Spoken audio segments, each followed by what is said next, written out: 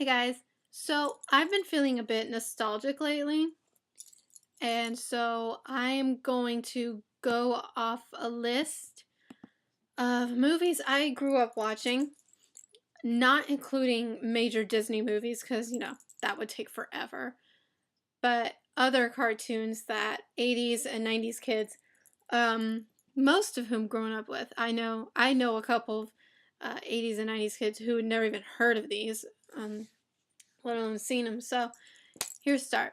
And I want you guys to let me know if you've seen them, what you think, bring back any memories, anything like that. And sorry, my nose itches. I think it's this makeup I'm using. I don't know.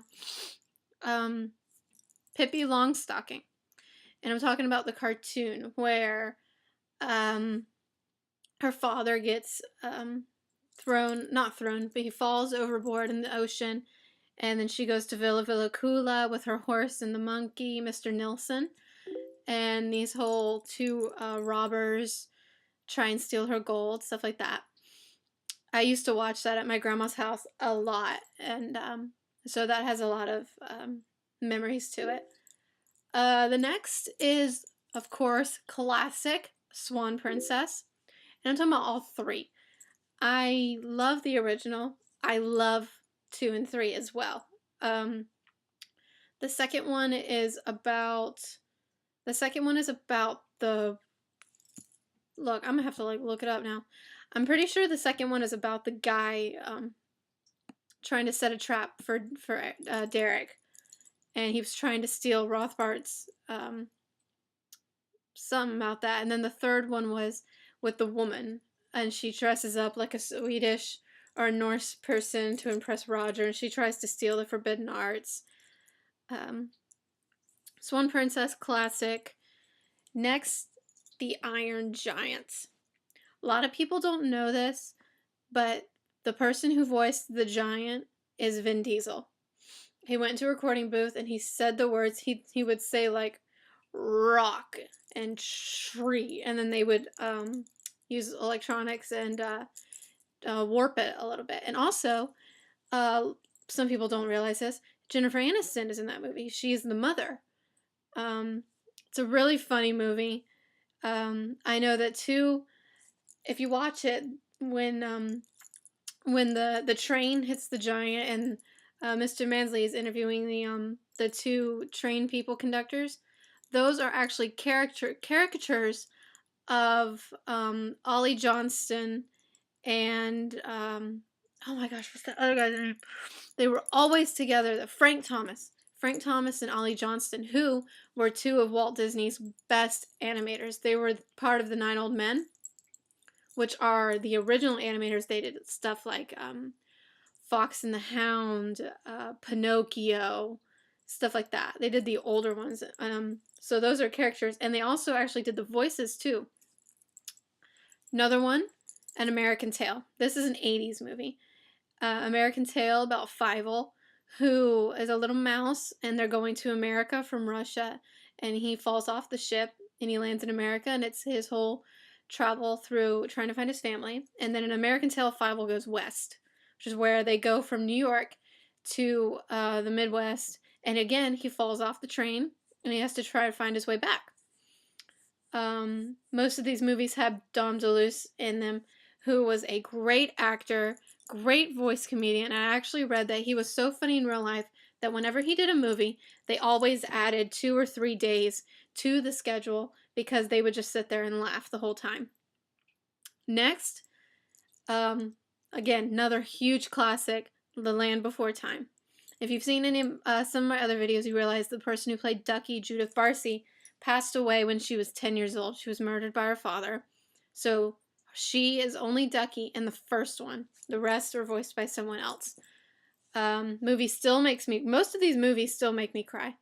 Land Before Time, of course, it's going to make anyone cry. And it's one of the only, I want to say it's one of the only cartoons that doesn't have a song. Like, they don't sing.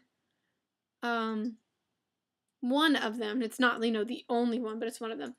The best Land Before Time I remember is Land Before Time 4, Journey Through the Mist.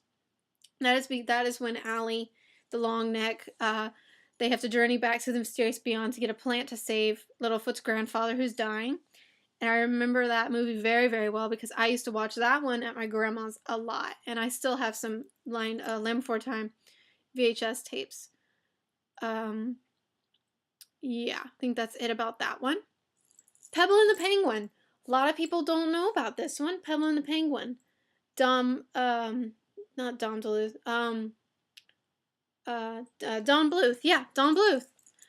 Don Bluth movie. Also did An American Tail and The Land Before Time.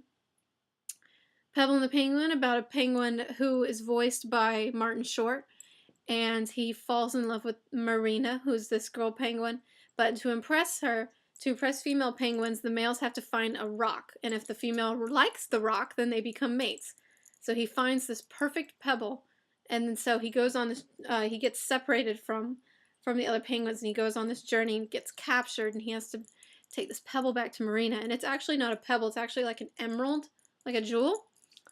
And there's this evil penguin after them, who's actually voiced by Tim Curry, and it's great. And I actually read that Don Bluth hated this thumbelina so much that when he saw the final cut, he wanted his name removed from any part of it. He didn't want anyone to know that he had anything to do with it. Thumbelina. This, people, sometimes you don't know it until you actually hear it. Thumbelina is voiced by Jodie Benson, who is the voice of Ariel in The Little Mermaid. Thumbelina, little girl, about the size of their thumb, hence her name, goes on a journey because she's stolen by a toad, and she falls in love with a fairy prince, and she's happy because she thought that she was the only person her size. And sorry if I'm going through this quickly, I only have a certain time period. Next, some of my favorite movies, the Pokemon movies. Pokemon, the first movie that came out in the late 90s, about Mewtwo. And then Pokemon, The Power of One, also known as Pokemon 2000, with Zapdos, Articuno, Moltres, and Lugia. Love those movies. Those are classic movies. And I didn't realize this until looking back at them, how much, some people are going to think I'm crazy for saying this, how much wisdom is in them, especially with Mewtwo. He is very wise. I know that in the Church of England, he's considered an icon because of the way that he views the world and how he views creatures in it. And I remember Pokemon, the first movie, going to the theater and getting your Ancient Mew card. I don't know if you guys even remember those. And we were convinced that they were super rare, and they weren't. Also, Pokemon 2000, I remember waiting in line in the theater because there were so many people wanting to see it. Quest for Camelot. This is a good movie. About the Camelot, King Arthur, Merlin, the Round Table. And Excalibur is stolen. And this girl, Kaylee, goes on a mission with a blind guy named Garrett, along with a two-headed dragon named Cornwall and Devon. And they are funny. It's a great movie. Anything that has to do with castles and stuff I like. Next one, not a lot of people know about. Another Don Bluth movie, Rockadoodle. Does this have Tom DeLuise in it? No, it doesn't. But it also has the guy that does the voice of Baloo from the Jungle Book, and it has the guy that does the voice of Mandark in Dexter's Laboratory. Rockadoodle, about a little boy who gets turned into a kitten to try to save his farm by going to find Chanticleer the rooster, because if he doesn't find Chanticleer, the rain won't stop, because only Chanticleer's crow can bring the sun up. The things that are stopping them are the owls, because owls don't like light. And the owl is voiced by, I'm blanking on this because I'm going so fast, the same guy that is Captain Von Trapp in The Sound of Music. Kind of interesting. Another Don Bluth movie, Troll in Central Park. This does have Dom DeLuise in it. He plays, what is his name? I don't remember his name.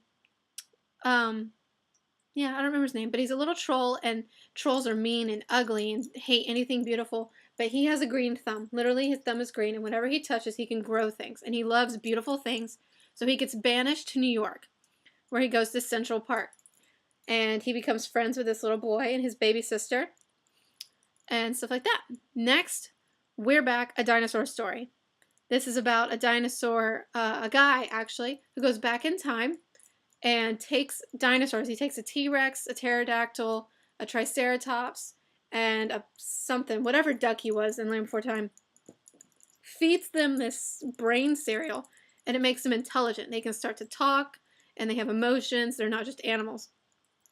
And he tells the dinosaurs that there have been many kids in the modern world that have been wishing to see real dinosaurs. So he takes them to the future, to New York City. Yeah, we're back. And that's also the same guy that did the voice of Baloo in The Jungle Book, and that was actually his last movie. Next movie, Cats Don't Dance. This is a great movie. It's set in the 30s. It's about a cat named Danny, and he wants to go, and he's from Kokomo, Indiana, and he wants to make it big in LA to sing and dance. When he gets there, he's shocked because he is not what they're looking for. Animals are not considered high maintenance or high needed actors. They want Darla Dimple, who is a take on Shirley Temple. She's a little spoiled little brat. And there's a hippo named Tilly. And if you guys have ever seen Hocus Pocus, she's the really funny one, and it's a really funny movie. Next one, Secret of NIMH. This is another Don Bluth movie. Again, has Tom DeLuise in it. He plays Jeremy the Crow.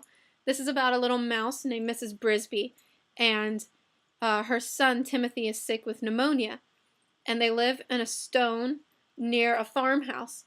And the only way to save Timothy is to move their house, so she needs the help of the rats. Now, these rats have been taken by NIMH and injected, and so they're smart and intelligent. Hence why it's called NIMH, the National Institute of Mental Health. And I find this ironic because the woman who does the voice of Mrs. Brisby, her name was Elizabeth Hartman. This was her last professional job she ever did. And I say it's ironic because it's National Institute of Mental Health. 5 years after this was made, she had already had depression and other mental disorders. 5 years after this was made, she jumped from her 5th-story window and killed herself. Very sad. Next one, Once Upon a Forest, about a badger who is voiced by the original Phantom in Phantom of the Opera. And these 3 little furlings, I think it's a hedgehog, a mouse, and a mole. They go on a quest to find these leaves and plants to save this little badger because she's been poisoned by humans. Next one, Balto. Balto is a legend. Balto is an American legend. And I don't know, it's such an emotional movie. Beautiful, beautiful movie about a dog, half wolf, who mostly by himself, saves hundreds of children of gnome from illness. And I've actually gotten the privilege of going to Central Park and seeing his statue, and it's beautiful. Fern Gully, one of the most beautifully done movies. Beautiful with the best meaning. One of the best meanings ever about how humans pollute nature and stuff. This actually has Robin Williams in it. He plays Batty. Really funny guy. He's a bat, and he's got an antenna on him from being a scientific experiment. And whenever they touch, he changes personality. So he'll be like, "Hail Caesar, Emperor of Rome," and he's really sarcastic. And the villain in this is Hexus, who is smog and oil, and he's voiced by Tim Curry as well. And last but not least, All Dogs Go to Heaven. These are beautiful movies. Very, very, again, Dom DeLuise is in it. He plays Itchaford. And I didn't know this. In the second one, Charlie is voiced by Charlie Sheen. Ironic. I'm sorry if I went through these really fast. Another one I didn't mention, Anastasia. Another Don Bluth movie. All Dogs Go to Heaven was Don Bluth. Fern Gully was Don Bluth. Balto was Don Bluth.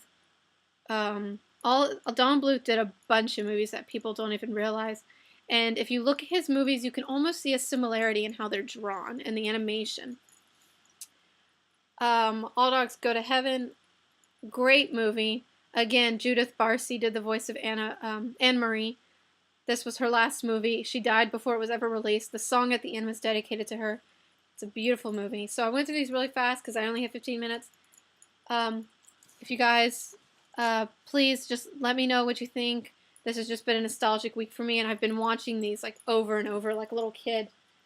Would love to know if you guys have any memories of these or anything like that. Let me know some of your favorites, and I hope I hear from you soon.